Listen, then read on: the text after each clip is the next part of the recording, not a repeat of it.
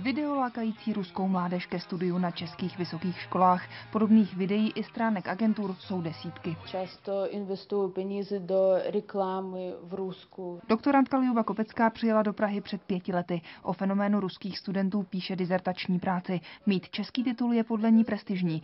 A když zrovna student nenaletí předražené agentuře, tak taky v celku levná záležitost. Největším lákadlem je to, že studium pro zahraniční studenty je zdarma, pokud ten student mluví česky. A tak se jedinou výraznou investicí stává kurz češtiny. Ten přijde zhruba na 100 000. Tu samou částku by přitom studenti v Rusku mohli zaplatit coby školné za jediný rok.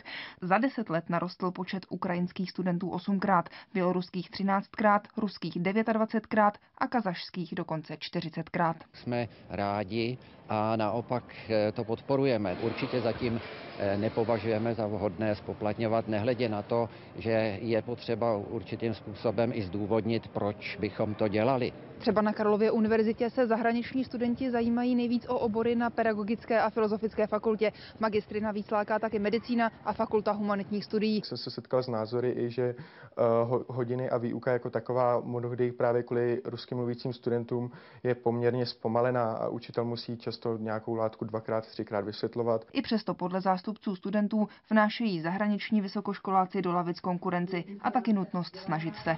Podle kritiků ale jen dočasně. Pro mnoho zahraničních studentů bývá totiž Česko jen přestupní stanicí. Edita Horáková, Česká televize.